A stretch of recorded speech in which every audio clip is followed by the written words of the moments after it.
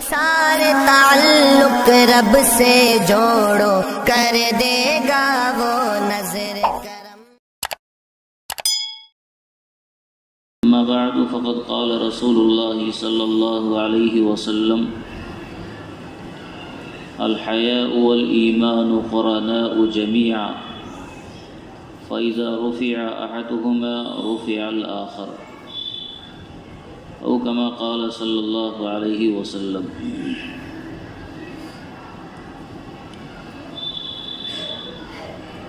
رمضان المبارک کا پاکیزہ مہینہ ہم سے ختم ہوا ہے، لیکن اللہ رب العزت کے جو احکام ہمارے ذمے تھے وہ احکام ہم سے ہٹائے نہیں گئے، وہ ہم سے ختم نہیں ہوئے ہیں۔ جس طرح رمضان میں اللہ رب العزت کے حکموں کی پابندی ہماری ذمہ داری تھی، اسی طرح رمضان کے بعد بھی آخر سانس تک اللہ تعالیٰ کے حکموں کے ہم پابند ہیں، اور ہماری ذمہ داری ہے کہ زندگی کے آخری سانس تک اللہ رب العزت کے احکام کی تابع داری کریں، اس کی پاسداری کریں اور اس کی خلاف ورزی سے اپنے آپ کو مکمل بچائیں۔ ہم اپنی زندگی میں آزاد نہیں بنائے گئے، چاہے ہماری اجتماعی زندگی ہو یا انفرادی زندگی ہو، انسان بہت سی چیزوں کا پابند بنایا گیا، بلکہ اگر یہ کہا جائے تو بیجا نہیں ہوگا کہ انسان مکمل پابند بنایا گیا ہے۔ کہیں کہیں شریعت مطہرہ نے بعض چیزوں میں اختیار دے رکھا ہے، اللہ رب العزت کی طرف سے یہ اختیار ملا ہوا ہے، لیکن ان اختیار میں بھی چننا کس کو ہے، اس کا اشارہ رب ذوالجلال کی طرف سے ہو چکا ہے۔ اور بیشتر معاملات ایسے ہیں جس میں تو سرے سے ہمیں کوئی اختیار ہی نہیں دیا گیا، آدمی پابند ہے اس نظام کا جو نظام اللہ رب العزت کی طرف سے چل رہا ہے، وجود پذیر ہو رہا ہے۔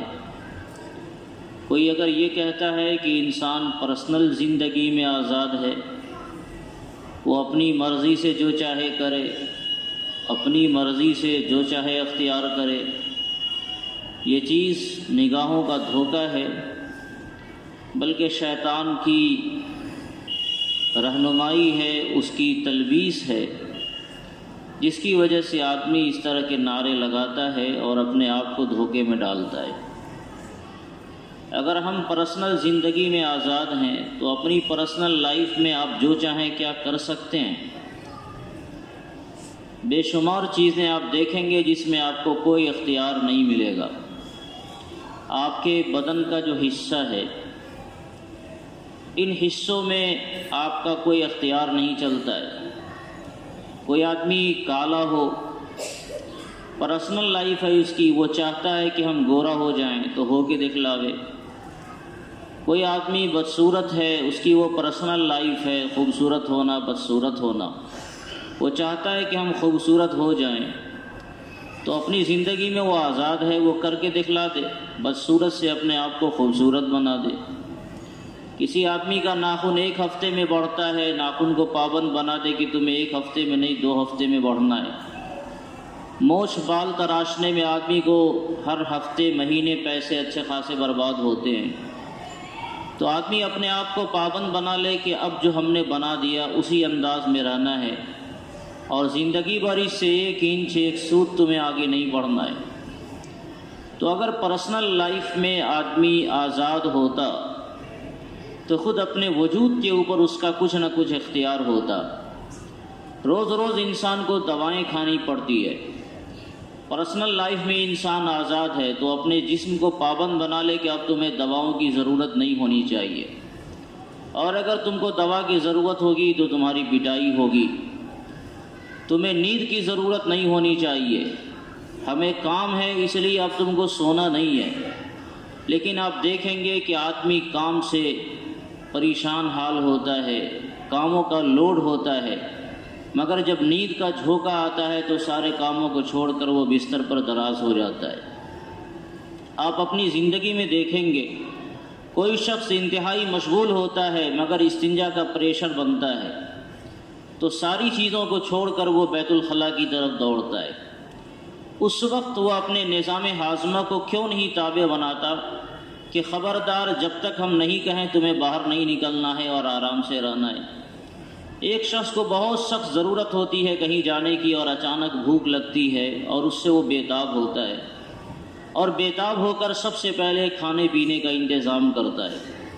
اس وقت اپنے نظام کو کیوں نہیں پابند بناتا کہ میری مرضی سے تمہیں بھوک لگنا ہے اور میری مرضی سے تمہیں پیاس لگنی ہے، ہم کہیں گے تو تمہیں بھوکا رہنا ہے اور بھوک کی آواز پیدا کرنا ہے، ہم کہیں گے تو تمہیں بھوک کو مٹا لینا ہے۔ پتہ چلا کہ انسان اپنی پرسنل زندگی میں بھی مکمل اس نظام کا پابند ہے جو نظام اللہ رب العزت کی طرف سے چلایا جاتا ہے۔ تو صورتحال یہ ہے، جو کچھ معاملات ہیں جس میں شریعت نے ہمیں اختیار دے رکھا ہے، اللہ تعالیٰ کی طرف سے جو رہنمائی کی گئی ہے، الحلال بین والحرام بین، یہ حلال راستہ ہے، یہ حرام کے راستے ہیں، ان ھذا صراطی مستقیما فاتبعوہ ولا تتبعوا السبل فتفرق بکم عن سبیلہ، یہ راستہ جو ایک ہے سیدھا ہے، یہ جنت کی طرف لے جانے والا ہے، اور یہ ہزاروں انیک راستے جو بنے ہوئے ہیں یہ راستے گمراہی کے راستے ہیں۔ یہاں شریعت نے انسان کو تھوڑا سا اختیار دیا کہ اپنی مرضی سے تم چاہو تو سیدھا راستہ اختیار کرو اور اپنی مرضی سے چاہو تو دوسرا راستہ اختیار کرو، مگر اس کا انجام بھی بھگتنے کے لیے تیار رہو۔ تو شریعت نے جو انجام کی خبر دے دی کہ اگر سیدھا راستہ اختیار کرو گے تو اللہ کی طرف سے تمہیں انعام ملے گا، اور اگر غلط راستہ اختیار کرو گے تو اللہ تعالیٰ کے یہاں تمہارے لیے جہنم کی سزائیں ہیں۔ یہ واضح اشارہ ہے کہ تم غلط راستے کے چننے کے لیے اپنے آپ کو پابند نہیں بناؤ، ہر حال میں تمہیں سیدھا راستہ ہی اپنانا ہے۔ اس کے علاوہ کوئی اور طریقہ اپناؤ گے، اس کے علاوہ کوئی اور شکل اگر تم اپناؤ گے تو اس کا انجام بھگتنے کے لیے تیار رہو۔ چونکہ جزا اور سزا کا اس پر مدار ہے، اس لیے انسان کو اس میں تھوڑا اختیار دیا گیا۔ اب آدمی اس لائن میں آ کر یہ کہے کہ انسان اپنی پرسنل زندگی میں آزاد ہے، تو بھلا یہ کیسی آزادی ہے جس میں انسان اپنے مالک ملک، خالق دو جہاں، اپنے پیدا کرنے والے، اپنے پالنے والے رب العالمین کی احکام کی خلاف ورزی کرتا ہے اور پھر کہتا ہے کہ وہ اپنی زندگی میں آزاد ہے، اسے کوئی نہیں کچھ کر سکتا، جو جی میں آوے وہ کر لے، جو من چاہے وہ کر لے، کسی کے حکموں کا وہ تابع دار نہیں ہے، کسی کے حکموں کا وہ پابند نہیں ہے۔ یہ در حقیقت انسانیت سے گری ہوئی بات ہے۔ اگر کوئی یہ سمجھتا ہے کہ اپنے آپ میں ہم آزاد ہیں اور ہم جو چاہیں کر لیں، جیسا چاہیں کر لیں، ہمیں کوئی ٹوکنے والا نہ ہو، ہمیں کوئی روکنے والا نہ ہو، ہمیں کوئی کچھ کہنے والا نہ ہو، تو اس کی وجہ سے انسان اسفل السافلین تک پہنچ جاتا ہے، اس غار تک پہنچ جاتا ہے جہاں جانے کے بعد اس سے نکلنا اس کا دشوار ہو جاتا ہے۔ ہم اور آپ شاید اپنی زندگیوں میں یہی سمجھتے ہیں کہ ہم کسی کا کھاتے تھوڑے ہیں جو ہم اس کی بات مانیں۔ یقیناً آپ انسانوں کا نہیں کھاتے ہوں گے، لیکن جس ذات نے آپ کو کھلایا ہے، جو ذات آپ کو پلانے والی ہے، جو ذات آپ کے دکھ درد میں آپ کی رکھوالی کرنے والی ہے، جس ذات نے زندگی کے نعمت سے آپ کو مالا مال کیا ہے، جب اس کا ہم کھاتے ہیں تو ہماری ذمہ داری ہے کہ اسی کا ہم گن گاویں اور اس کے علاوہ کسی کا گن نہیں گاویں۔ انسان اپنے آپ میں آزاد ہرگز پیدا نہیں کیا گیا، وہ مکمل پابند ہے اپنے بیشتر معاملات میں ان نظام خداوندی کا جو نظام اللہ رب العزت نے چلا رکھا ہے، اور احکامی معاملات میں وہ پابند ہے اللہ رب العزت کے احکام کا۔ اللہ تعالیٰ نے جو حکم جس وقت دیا اس کو کرنا اس کی ذمہ داری ہے۔ اس کے علاوہ اگر کوئی یہ چاہتا ہے کہ نہیں اپنی زندگی میں ہم آزاد ہیں اور ہمارا کون کیا بگاڑ لے گا، تو یقیناً دنیا میں کوئی بگاڑنے والا نہیں ہے، لیکن آخرت میں اس کا بڑا نقصان ہو جائے گا۔ آخرت میں وہ اللہ رب العزت کی پکڑ میں جب آئے گا تو اس وقت وہ اللہ کی پکڑ سے اپنے آپ کو نہیں بچا سکتا، کیونکہ قرآن کریم نے کہا ان بطش ربک لشدید، آپ کے رب کی پکڑ انتہائی سخت ہے، وہاں سے کوئی بچ نہیں سکتا ہے۔ تو اللہ تعالیٰ کے حکموں کے ہم ہر حال میں تابع ہیں، چاہے وہ تکوینی نظام ہو چاہے وہ تشریعی نظام ہو، دونوں نظام کے اندر اللہ تعالیٰ کے حکموں کے ہم پابند ہیں۔ بس یہ ہے کہ جو تکوینی نظام ہے اس میں ہمارا اختیار نہیں ہوتا ہے، اور جو تشریعی نظام ہے اللہ تعالیٰ نے چونکہ جزا اور سزا کا مدار ہمارے اختیار پر رکھا ہے، اس لیے اللہ نے ہمیں اختیار دیا، ارادے دیے کہ انسان اپنے ارادے سے کون سا راستہ چنتا ہے۔ اپنے ارادے سے اگر وہ اچھا راستہ چنے گا تو اس کو ثواب ملے گا، اور اگر اپنے ارادے سے وہ غلط راستہ چنے گا تو وہ اللہ کی سزاؤں کا میں گرفتار ہوگا۔ تو یہ جو ارادے اللہ تعالیٰ نے تشریعی نظام کے اندر ہمیں عطا کیے ہیں، وہ اس لیے نہیں دیے کہ آدمی اپنے ارادے سے غلط راستوں کو چنے، اس وقت بھی وہ اللہ رب العزت کے احکام کا پابند ہے، اور اس کی ذمہ داری ہے کہ وہ وہی راستہ چنے جو اس کے رب کی مرضی ہے۔ اس کے علاوہ اگر وہ دوسرا راستہ چنے گا تو اس کا مطلب یہ ہے کہ وہ اپنے آپ کو ہلاکت میں ڈال رہا ہے، وہ گڑھے میں جا رہا ہے، اور جب وہ گڑھے میں گرے گا تو پھر اس کو کوئی بچانے والا نہیں ہوگا۔ ایک چیز اور بھی ہے، یہاں پر بہت بڑی کمی ہے معاشرے میں، معاشرے کے نوجوانوں میں۔ ہم نے جو اپنے اندر اس طرح کی آزادی کو پنپنے دیا، چاہے وہ ہم زبان سے اس کا اظہار کریں یا نہیں کریں، عام طور سے معاشرے میں یہ ہوتا ہے کہ لوگ یہی سمجھتے ہیں کہ ہمارا کون بگاڑ لے گا، لوگ کہہ کر کیا کریں گے، لوگ کیا کہیں گے۔ اس طرح کے جو جملے ہوتے ہیں، ان جملوں سے انسان اپنے آپ کو آزاد کر لیتا ہے۔ یہاں دو جملہ بولا جاتا ہے، ایک تو یہ ہے کہ لوگ کیا کہیں گے، لوگ کیا کہیں گے۔ لوگ کیا کہیں گے کا مطلب یہ ہوتا ہے عام طور سے کہ آدمی اگر غلط کام کرے گا تو لوگ کیا کہیں گے، یہ جملہ اچھا ہے۔ اگر کوئی نماز نہ پڑھے، وہ سمجھ رہا ہے کہ لوگ دیکھیں گے کیا کہیں گے، مولانا صاحب ہے اور نماز کے وقت میں وہ سویا ہوا ہے، فلاں صاحب ہے اور نماز کے وقت میں وہ نماز نہیں پڑھ رہا ہے، مسجد کے باہر کا فاسٹنگ میں کیا ہے۔ یہ وہ حیا ہے جو انسان کے اندر اللہ تعالیٰ نے ایمان کا جڑواں بھائی بنایا ہے اور اس کے اندر رکھا ہوا ہے۔ اور ایک ہے کہ لوگ کہہ کر میرا کیا بگاڑ لیں گے، لوگ کہہ کر کیا کریں گے۔ یہ آدمی اس وقت بولتا ہے جب اس کی زندگی سے حیا کا مادہ نکل جاتا ہے، وہ اپنے آپ کو مکمل آزاد سمجھ لیتا ہے۔ ہمارا کون کیا بگاڑ لے گا، ہم جو چاہیں کریں، ہماری اپنی مرضی، ہم جیسے چاہیں رہیں، ہماری اپنی مرضی، جو اسٹائل لائف ہم چاہیں اپناویں۔ آپ کا ہم نہ کھاتے ہیں نہ آپ کا پیتے ہیں، تو آپ ہمارا کیا بگاڑ لیں گے۔ یہ انسان کی ہٹ درمی ہے۔ اس کا مطلب یہ ہے کہ اس کی زندگی سے حیا کا مادہ بالکل نکالا جا چکا ہے، شرم و حیا اس کی زندگی سے ناپید ہو چکا ہے۔ آدمی کو جہاں اللہ رب العزت سے شرم کرنی چاہیے، جس کی تفصیلات اپنی جگہ لکھی ہوئی ہیں، وہی انسانوں سے بھی انسان کو حیا کرنا چاہیے کہ اگر ہم نے اللہ کی نافرمانی کی تو اللہ تعالیٰ تو دیکھ ہی رہے ہیں، لوگ کیا کہیں گے۔ لوگ کہیں گے آدمی ایسا ہو کر بھی ایسا کام کر رہا ہے، وہ حافظ قرآن ہو کر بھی اللہ کی نافرمانی کر رہا ہے، وہ مسلمان ہو کر بھی روزے چھوڑ رہا ہے، مسلمان ہو کر بھی وہ نماز کو چھوڑ رہا ہے۔ تو اس کا مطلب یہ ہے کہ لوگوں کا بھی خیال لوگوں کو رکھنا چاہیے اور لوگوں سے بھی حیا کرنی چاہیے۔ اسی لیے شریعت مطہرہ نے ہمیں اس بات کا پابند بنایا، اتقوا مواضع التہم، جو تہمت کی جگہیں ہیں ان سے اپنے آپ کو بچا کر رکھو۔ شراب خانے ہیں کہیں پر اور آدمی کا اٹھنا بیٹھنا وہاں پر ہو رہا ہے، وہ شراب نہیں پیتا لیکن وہاں اس کا اٹھنا بیٹھنا ہے، تو اللہ رب العزت تو جان رہے کہ یہ بندہ شراب نہیں پیتا ہے، مگر اس مقام پر چونکہ ہمارا جانا آنا ہو رہا ہے تو دنیا یہ سمجھے گی کہ یہ آدمی بھی شاید شرابی ہے، اور اگر شرابی نہیں تو کم سے کم شراب سے اس کو محبت ضرور ہے۔ لوگوں کے کہنے کی وجہ سے یا لوگوں کے اس طعنے کے ڈر سے آدمی کو اس مقام پر نہیں جانا چاہیے، کیونکہ انتم شہداء اللہ فی الارض، خلقت کو اللہ رب العزت نے زمین پر اپنا گواہ بنا کر بھیجا ہے۔ یہ انسانیت جو گواہی دے دی، دنیا یہ کہے کہ یہ آدمی بڑا اچھا ہے، تو اگر وہ واقعی اچھا نہیں ہوگا تب بھی اللہ تعالیٰ کے رجسٹر میں اس کا نام اچھوں میں لکھا جائے گا۔ اور اگر دنیا یہ گواہی دے کہ یہ آدمی بڑا خراب ہے،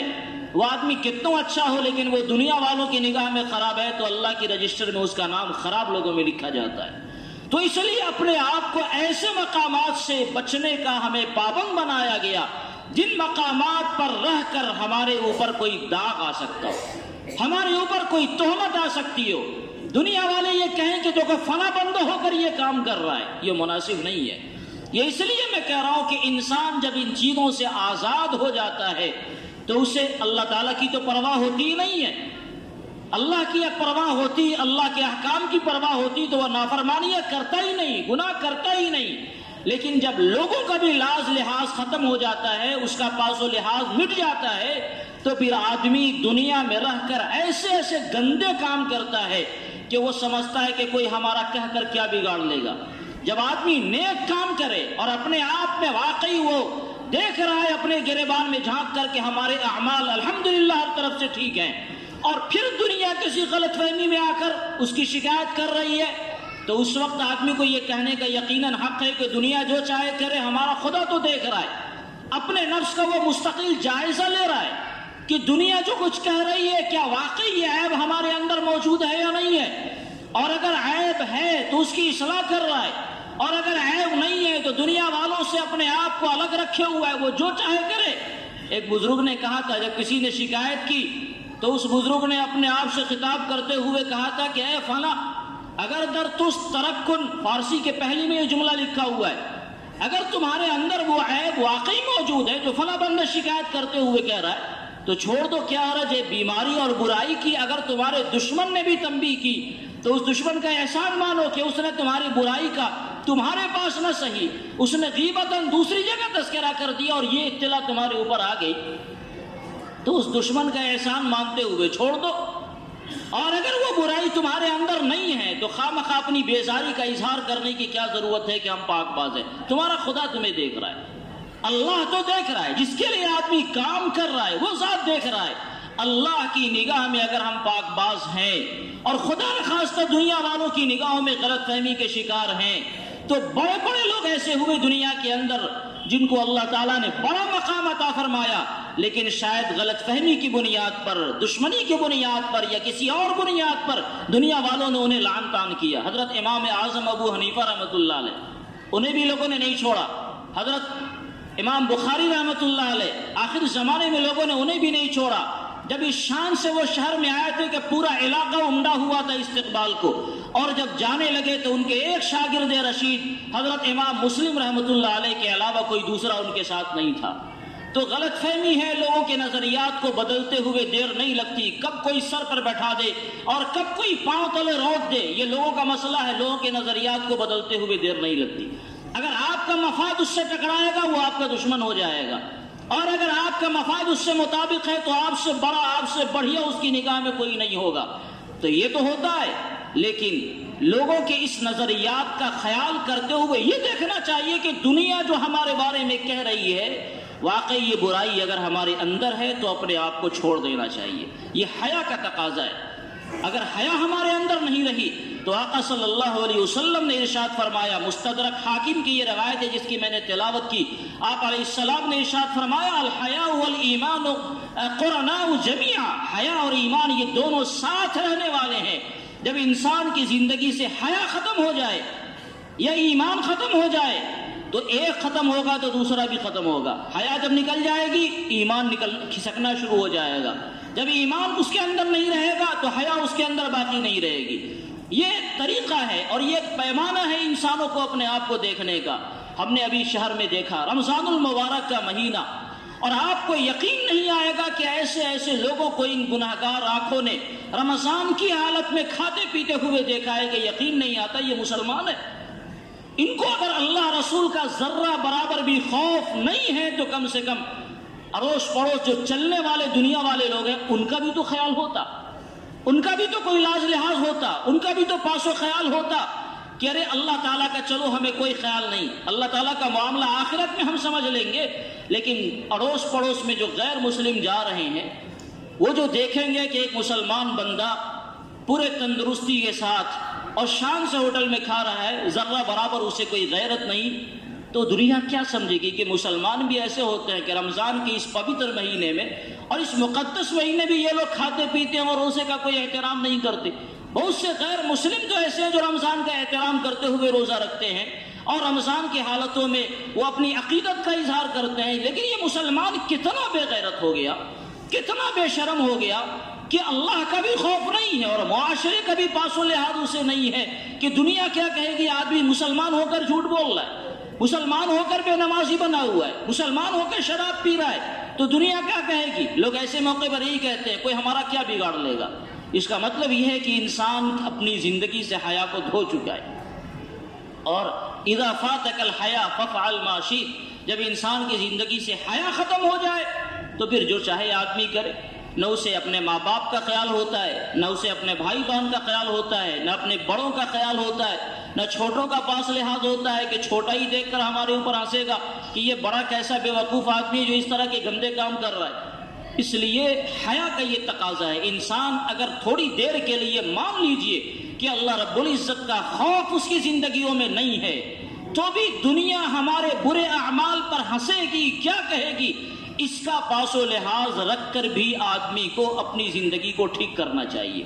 یہ نہیں کہ دنیا جو چاہے کر لے، ہمارا کون کیا بگاڑ لے گی، ہم یہ ہیں، ہم چنی ہیں، ہم چنا ہے، اور ہمارا بگاڑ کر ہی کیا کرے گی، اللہ رکھوالا ہے۔ ایسے موقع پر یہ سب جملہ کہنا غلط ہوتا ہے، اور جب آدمی ان چیزوں کا خیال رکھتا ہے، یہ حیا کا ایک تقاضا ہے، تو پھر دھیرے دھیرے اس کی زندگیوں میں اللہ کا خوف بھی آتا ہے۔ جب انسان نیک کام کرے گا، چاہے وہ اللہ کی رضا کے لیے نہ کرے، میں یہ نہیں کہتا ہوں نعوذ باللہ کوئی آدمی نیک کام اللہ کی رضا کے لیے نہ کرے، دکھاوے کے لیے کرے، لیکن حضرت امام غزالی رحمۃ اللہ علیہ نے کہیں پر لکھ رکھا ہے کہ انسان جب نیک کام کرتا ہے تو پہلے یہ دکھاوا ہی ہوتا ہے، پھر اس کے بعد وہ عادت ہوتی ہے اور پھر عبادت بن جاتی ہے۔ جب آپ نیک کام کریں گے تھوڑی دیر کے لیے، چلیے آپ کے دل میں اللہ کا خیال نہیں ہے، تو دکھاوے کے لیے کہ دنیا والے دیکھیں تو نیک سمجھیں،